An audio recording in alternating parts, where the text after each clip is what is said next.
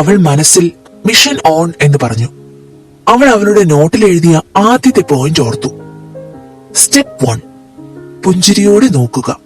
അനുരാഗത്തോടെയുള്ള ഒരു നോട്ടവും പുഞ്ചിരിയും സെക്സി ലുക്കാണെന്നും അതിന് ഏതൊരു തണുത്ത ഹൃദയത്തെയും ഉരുക്കാൻ കഴിയുമെന്നും ഹെലൻ അവൾക്ക് പറഞ്ഞു കൊടുത്തിരുന്നു. എന്നാൽ അവർക്കിടയിലുള്ള പ്രധാന തടസ്സം ആ മാസ്ക് ആയിരുന്നു. അത് അവളുടെ ശ്രദ്ധ തെറ്റിച്ചുകൊണ്ടേയിരുന്നു. എന്നിരുന്നാലും അവൾ അവളുടെ ദൗത്യത്തിൽ നിന്നും പിന്മാറിയില്ല. ഇവൾക്ക് എങ്ങനെ ഇത്രയും തീവ്രമായ നോട്ടം നോക്കാൻ കഴിഞ്ഞു എന്നത് അവനെ അമ്പരിപ്പിച്ചു. റേ ഒരു തണുത്ത പ്രകൃതമാണ്. ആദ്യമേ അവനിലേക്ക് എടുത്തു ചാടിയാൽ അത് ആത്മഹത്യാപരമാവും എന്നവൾക്ക് തോന്നിയിരുന്നു. അതുകൊണ്ടാണ് അവൾ ആദ്യം ഒരു നോട്ടം കൊണ്ട് അവനെ നേരിട്ട് അതിലൂടെ അവന്റെ മനസ്സിൽ ഒരു ചെറിയ ചലനം സൃഷ്ടിക്കാൻ ശ്രമിച്ചത്. എന്നാൽ അത് അവളെ സംബന്ധിച്ച് പരാജയമായിരുന്നു. അവൻ അവളെ നോക്കി നിന്നതല്ലാതെ ഒരു മാറ്റവും അവൾ കണ്ടില്ല. എപ്പോഴത്തെയും പോലെ അയാൾ ഒരു ഭാവമാറ്റവുമില്ലാതെ അവളെ കടന്നുപോയി. പോകുന്ന വഴി അവൻ പറഞ്ഞു, താൻ ചെയ്തത് മതി, ബാക്കി അവർ ചെയ്തോളും. അത് കേട്ടതോടെ ജോലിക്കാർ അവളുടെ പൂന്തോട്ടം കയ്യേറി. അവർ അവിടെ ബാക്കിയുള്ള ജോലികൾ ചെയ്തു തുടങ്ങി. ഗാഥ മറുത്തൊന്നും പറയാതെ അകത്തേക്ക് കയറി. അവൾ കുളിച്ച് വൃത്തിയായി വന്നു. അപ്പോൾ അയാൾ റൂമിലുണ്ടായിരുന്നു. എങ്ങനെയുണ്ടായിരുന്നു ട്രിപ്പ്? ഗാഥ മടിച്ചു ചോദിച്ചു. ബിസിനസ് ട്രിപ്പായിരുന്നു, അവൻ ഒറ്റ വാക്കിൽ പറഞ്ഞു. ആ, ഓക്കെ. വേറൊന്നും പറയാനില്ലാത്തതിനാൽ ഗാഥയും വാക്കുകൾ ചുരുക്കി. ഓക്കെ, ഫുഡ് കഴിക്കുമ്പോ കാണാം. അതും പറഞ്ഞ് റേ അവിടുന്ന് നടന്നുപോയി. സാധാരണ ആണുങ്ങളാണേൽ ഒന്ന് ഉറക്കെ ചിരിച്ചോ അല്ലെങ്കിൽ ഒരു പാട്ടോ ഡാൻസോ കളിച്ചോ ശ്രദ്ധ പിടിച്ചു പറ്റാം. ഇവിടെ അതിനൊന്നും സ്കോപ്പ് ഉണ്ടെന്ന് തോന്നുന്നില്ല. ഇങ്ങനെ ഒരാളല്ലായിരുന്നെങ്കിൽ ഈ തേയിലത്തോട്ടങ്ങൾക്ക് നടുവിലൂടെ പഴയ സിനിമയിൽ കാണുന്നത് പോലെ ഷിഫോൺ സാരി ഉടുത്ത് പാട്ടും പാടി ഡാൻസ് കളിച്ച് എന്തെങ്കിലുമൊക്കെ നടത്തിയെടുക്കാമായിരുന്നു.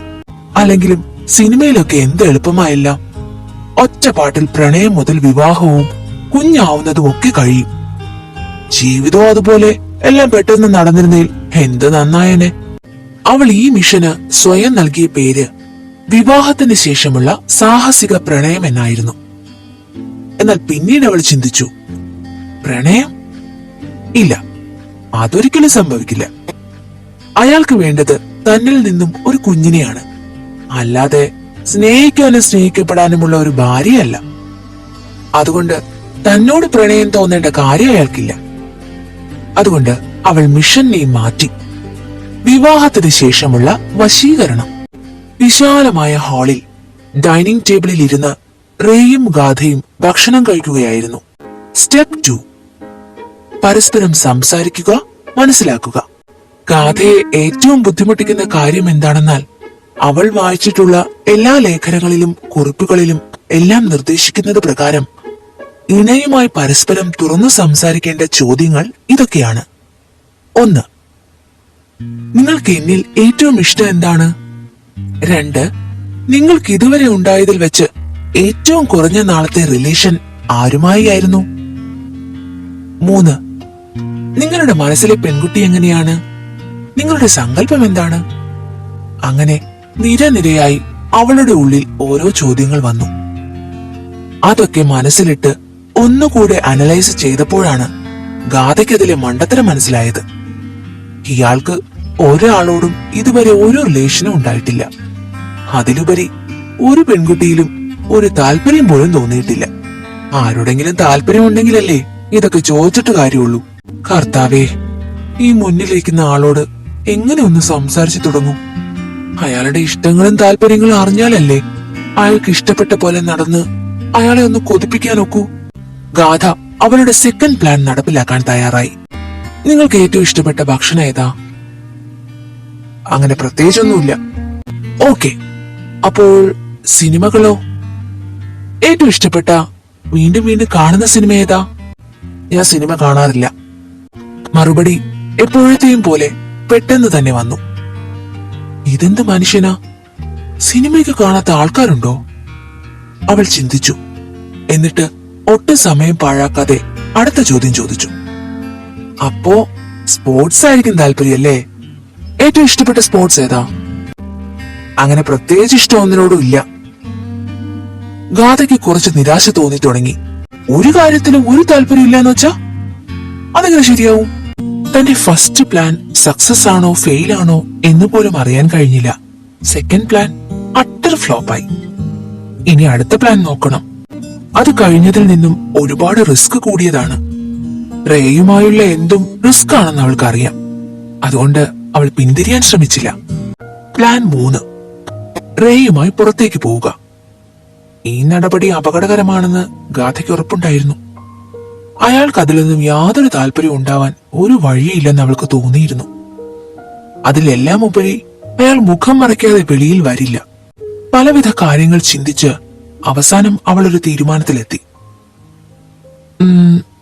എനിക്കൊരു കാര്യം ഉറപ്പു തരാമോ? റേ അപ്പോഴും അവന്റെ ഭക്ഷണം ഒട്ടും തിരക്കില്ലാതെ കഴിച്ചുകൊണ്ടിരിക്കുകയാണ്. അയാൾക്ക് മനസ്സിലായി ഇവൾക്ക് എന്തോ ഒരു കാര്യം നേടാനുണ്ടെന്ന്. അവളുടെ മാറുന്ന മുഖഭാവത്തിൽ നിന്ന് അത് വ്യക്തമായിരുന്നു. അതുകൊണ്ട് തന്നെ അയാൾ അവളോട് കാര്യം പറയാൻ ആവശ്യപ്പെട്ടു. തനിക്ക് എന്തെങ്കിലും ചോദിക്കാനുണ്ടോ? അത് പിന്നെ എനിക്ക് നിങ്ങളോടൊപ്പം ഒരു ഡേറ്റിന് പോയാൽ കൊള്ളാമെന്നുണ്ട്. ഡേറ്റ് എവിടേക്കാണ്? അതൊക്കെ ഉണ്ട്. സർപ്രൈസ് ആണ്. പക്ഷെ പേടിക്കണ്ട, നിങ്ങൾക്ക് നമ്മൾ പുറത്തു പോകുമ്പോഴും മാസ്ക് ധരിക്കാം. അതിനൊക്കെ എനിക്കൊരു അടിപൊളി പ്ലാൻ ഉണ്ട്. എപ്പോൾ പോകണം? അവൻ അല്പ സംശയത്തോടെ ചോദിച്ചു. നാളെ ഫ്രീ ആണോ? അവൾ ഉടനടി ജിജ്ഞാസയോടെ ചോദിച്ചു. റേ പെട്ടെന്ന് പോക്കറ്റിൽ കൈയിട്ട ശേഷം ഫോണിൽ ഒരു നമ്പർ ഡയൽ ചെയ്തു. കോൾ കണക്ട് ആയ ഉടനെ ഫോണിൽ ചോദിച്ചു. ഹലോ കാർത്തി, നാളെ എനിക്ക് എന്തെങ്കിലും ഇമ്പോർട്ടന്റ് പ്രോഗ്രാംസ് ഉണ്ടോ? എന്തിനാ ഇപ്പൊ ചോദിക്കുന്നത്? മറുതലക്കിൽ നിന്ന് കാർത്തി അല്പം ഉദ്വേഗത്തോടെ ചോദിച്ചു. ഞാൻ ചോദിച്ചതിനുള്ള ആൻസർ പറ. റേയുടെ ശബ്ദം തൽക്ഷണം മാറി. അതിൽ ആജ്ഞയുടെ സ്വരമുണ്ടായിരുന്നു. ഫോണിന്റെ മറുവശത്തുള്ള കാർത്തിക്കിന് ആ നിമിഷം അവന്റെ മുഖം എങ്ങനെയായിരുന്നുവെന്ന് ഊഹിക്കാൻ കഴിഞ്ഞു. അവൻ പെട്ടെന്ന് പറഞ്ഞു. ശരി ശരി, നോക്കട്ടെ. ഇമ്പോർട്ടന്റ് ആയ ഒന്നുണ്ട്. നാളെയാണ് KKM ഗ്രൂപ്പിന്റെ MD-യുമായുള്ള മീറ്റിംഗ്. ഓർമ്മയില്ലേത്? കാർത്തി വിവരം പറഞ്ഞുകൊണ്ട് ചോദിച്ചു. കാരണം അത് അത്രയും ഇമ്പോർട്ടന്റ് ആയിരുന്നു. അത് നീ അങ്ങ് ഡീൽ ചെയ്തേക്ക്. റേ മറ്റൊന്നും ആലോചിക്കാതെ മറുപടി പറഞ്ഞു. എന്താ പറഞ്ഞേ റേ? കാർത്തി മറുവശത്ത് നിന്ന് വിളിച്ചു കൂവി. ഫോണിന്റെ മറുവശത്തുള്ള കാർത്തിയെ പാടെ അവഗണിച്ച് റേ ഉടൻ തന്നെ തന്റെ ഫോൺ താഴെ വെച്ച ശേഷം തന്റെ മുൻപിലുള്ള പെൺകുട്ടിയെ നോക്കി. അവൾ ആകാംക്ഷയോടെ അവനെ നോക്കി നിൽക്കുകയാണ്. ഞാൻ നാളെ ഫ്രീ ആണ്, അവൻ അവളോട് പറഞ്ഞു. അവളുടെ മുഖം സന്തോഷത്താൽ വിടർന്നു. ഇതിനിടയിൽ ഫോണിലൂടെ അവന്റെ സംസാരം കേട്ട കാർത്തി ഞെട്ടിപ്പോയി. ആ മീറ്റിംഗ് ക്യാൻസൽ ചെയ്യാനല്ലേ ഇപ്പൊ റേ പറഞ്ഞത്? അതിലും വലുതായി അവൻ എന്തായിരിക്കും ഉണ്ടാവുക? കാർത്തി ഇരുന്ന് ചിന്തിച്ചു. നാളത്തെ മീറ്റിംഗ് അത്രയും ഇമ്പോർട്ടന്റ് ആയിരുന്നു. അതിനേക്കാൾ ഇമ്പോർട്ടന്റ് ആയിട്ടുള്ള മറ്റെന്തെങ്കിലും മീറ്റിംഗ് ഉണ്ടോ ഇനി? സ്വന്തം ബിസിനസ് കാര്യങ്ങൾക്ക് അത്രമേൽ പ്രാധാന്യം നൽകുന്ന റേ ഇതെങ്ങനെ മാറ്റിവെച്ചു? കാർത്തിക്കിന് ഒന്നും മനസ്സിലായില്ല. അവൻ സത്യാവസ്ഥ അറിയാൻ പെട്ടെന്ന് തന്നെ റേയുടെ അടുത്തേക്ക് തിരിച്ചു. ഇരുണ്ടതും മങ്ങിയതുമായ ഒരു മുറിയിൽ ഒരു വലിയ ജനാലയ്ക്കരികിൽ റേ നിൽക്കുന്നു. അവന്റെ നോട്ടം ആ പൂന്തോട്ടത്തിലേക്കാണ്. എന്നാൽ പൂന്തോട്ടത്തിന്റെ ഭംഗിയല്ല, ഒരു ചിത്രശലഭത്തെ പോലെ പൂന്തോട്ടത്തിൽ പാറി നടക്കുന്ന ആ പെൺകുട്ടിയുടെ രൂപം നിശബ്ദമായി നിരീക്ഷിക്കുകയായിരുന്നു അയാൾ. ഗാഥ അവിടെ ബാക്കി വച്ച കുറച്ച് പണികൾ കൂടെ ചെയ്യുകയാണ്. അവളോട് ജോലി ചെയ്യേണ്ട എന്ന് പറഞ്ഞെങ്കിലും അവളത് കേൾക്കാതെ അയാൾ കാണുന്നില്ല എന്ന് കരുതി ജോലിക്കാരോടൊപ്പം അവർക്ക് ആവശ്യമായ നിർദ്ദേശങ്ങൾ കൊടുത്ത് ആ പൂന്തോട്ടം സെറ്റ് ചെയ്യുകയാണ്. അവളെ കാണുമ്പോൾ റേയുടെ മനസ്സിൽ കഴിഞ്ഞ ദിവസം കണ്ട സ്വപ്നം ഓടിയെത്തി. ആ സ്വപ്നം അവൻ ഓർത്തെടുത്തു. ഒരുപാട് ആളുകൾക്കിടയിലൂടെ സന്തോഷത്തോടെ റൊമാൻറ്റിക്കായി അവളുടെ കൈ പിടിച്ചു നടക്കുന്നത്. അവൾ എന്തൊക്കെയോ സംസാരിക്കുന്നുണ്ട്. താനും അവളെപ്പോലെ തന്നെ അവളോട് ഒരുപാട് സംസാരിച്ചും കളിച്ചും ചിരിച്ചും ഉല്ലസിച്ച് നടക്കുന്നു. അവരായിരുന്നു അവിടെ ഉണ്ടായിരുന്ന ആളുകൾക്കിടയിലെ മെയിൻ അട്രാക്ഷൻ. അവൾ അവളുടെ പ്രണയം തുളുമ്പുന്ന കണ്ണുകളാൽ തന്നെ നോക്കിയപ്പോൾ ഏതോ ഒരു നിമിഷം താൻ അവളെ ഇരു കൈകളാലും പുണർന്ന് അവളെ ചുംബിച്ചു. മണവും മധുവും മുള്ളുമായി വിരിയും പനിനീർപ്പൂമായി മധുര നൊമ്പരമല്ലേ നീ അനുരാഗമേ അകലും നേരമടുത്തിടും അണയ്ക്കുമ്പോ. അത് കണ്ടുകൊണ്ടാണ് താൻ ഞെട്ടി ഉണർന്നതും. അപ്പോൾ തന്നെ അവളെ കാണണമെന്ന് തോന്നി. അതുകൊണ്ടാണ് ബാക്കി കാര്യങ്ങളെല്ലാം ക്യാൻസൽ ചെയ്ത് അപ്പോൾ തന്നെ തിരിച്ചു പോന്നത്. ഇന്നവൾ ഡേറ്റിന് വിളിച്ചപ്പോൾ സത്യത്തിൽ ഹാർട്ട് ബീറ്റ് ഒന്ന് നിലച്ചു. ഇനി അവളും ആ സ്വപ്നമെങ്ങാനും കണ്ടോ എന്ന് കരുതി. ആ സ്വപ്നത്തിലുള്ളതുപോലെ ഒന്നും നടക്കില്ല എന്നുറപ്പുണ്ടെങ്കിലും അവളുടെ കൂടെ പുറത്തു പോകണമെന്ന് അയാൾക്കും ഒരാഗ്രഹം തോന്നിയിരുന്നു. അതുകൊണ്ടാണ് പെട്ടെന്ന് തന്നെ സമ്മതം പറഞ്ഞതും. അയാൾ അവളുമായുള്ള ഓർമ്മകളിൽ മുഴുകി അവളെയും നോക്കി നിന്നു. റേ, നീ എന്താ ഫോണിൽ പറഞ്ഞത്? എന്തിനാ നാളത്തെ മീറ്റിംഗ് ക്യാൻസൽ ചെയ്തത്? അവൾ എന്നെ ഒരു ഡേറ്റിന് വിളിച്ചു. റേ അവന്റെ സ്ഥായിയായ ഭാവത്തിൽ പറഞ്ഞു, എന്തോ സീരിയസ് കാര്യം പറയുന്നത് പോലെ. ഓഹോ, ഹേ, വാട്ട്, സീരിയസ്ലി? കാർത്തിയുടെ കണ്ണുകൾ അത്ഭുതം കൊണ്ട് തുറച്ചു. അവൻ ഞെട്ടിപ്പോയി. ആ ഞെട്ടൽ ഗാഥ അവനോട് ആവശ്യപ്പെട്ട കാര്യം കേട്ടതുകൊണ്ടല്ല, മറിച്ച് ജീവിതത്തിൽ ആദ്യമായി റേ അവന്റെ കാര്യത്തെക്കാൾ മറ്റൊരാളുടെ പദ്ധതിക്ക് മുൻഗണന നൽകിയെന്ന് അറിഞ്ഞതുകൊണ്ടായിരുന്നു. അയാൾക്ക് വിശ്വസിക്കാനായില്ല. അത് ശരി, അപ്പൊ വരേണ്ട ആള് വന്നാൽ എല്ലാം മാറും. നിന്റെ മനസ്സിൽ അവൾ കേറിപ്പറ്റി തുടങ്ങിയല്ലേ? കാർത്തി സന്തോഷത്തോടെയും അല്പം കളിയായും ചോദിച്ചു. അങ്ങനെയൊന്നുമല്ല, അവള് പറഞ്ഞപ്പോൾ അത് സമ്മതിച്ചു, അത്രേ ഉള്ളൂ. റേ മറുപടി പറഞ്ഞു. ഓഹോ, അങ്ങനെയാണോ? ആയിക്കോട്ടെ, ഇനി ഇതുപോലുള്ള നല്ല മാറ്റങ്ങൾ ഉണ്ടാവട്ടെ.